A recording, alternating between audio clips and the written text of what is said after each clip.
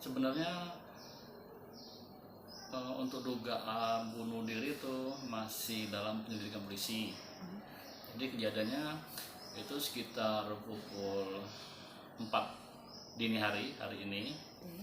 Itu perawat kami melaporkan ke petugas. Ini sudah berdasarkan laporan dari perawat kami bahwa pasien telah menemukan pasien itu yang sudah tidak sadarkan diri dengan posisi perban di leher dan digantungkan di ruang inkubab, digantungkan ke tempat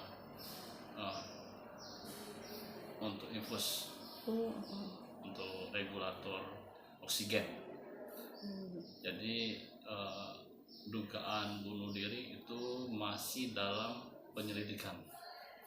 Kasus ini sudah kami laporkan ke Sekta. Jadi untuk informasi selanjutnya nanti bisa hubungi di Sekta setempat. Pak, ini selama 4 hari dirawat, itu dirawat di mana Pak kalau boleh tahu?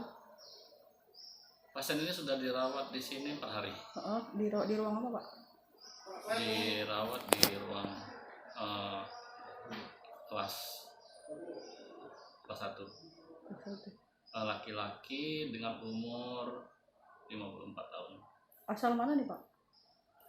Belum saya cek. Belum diketahui Pak ya.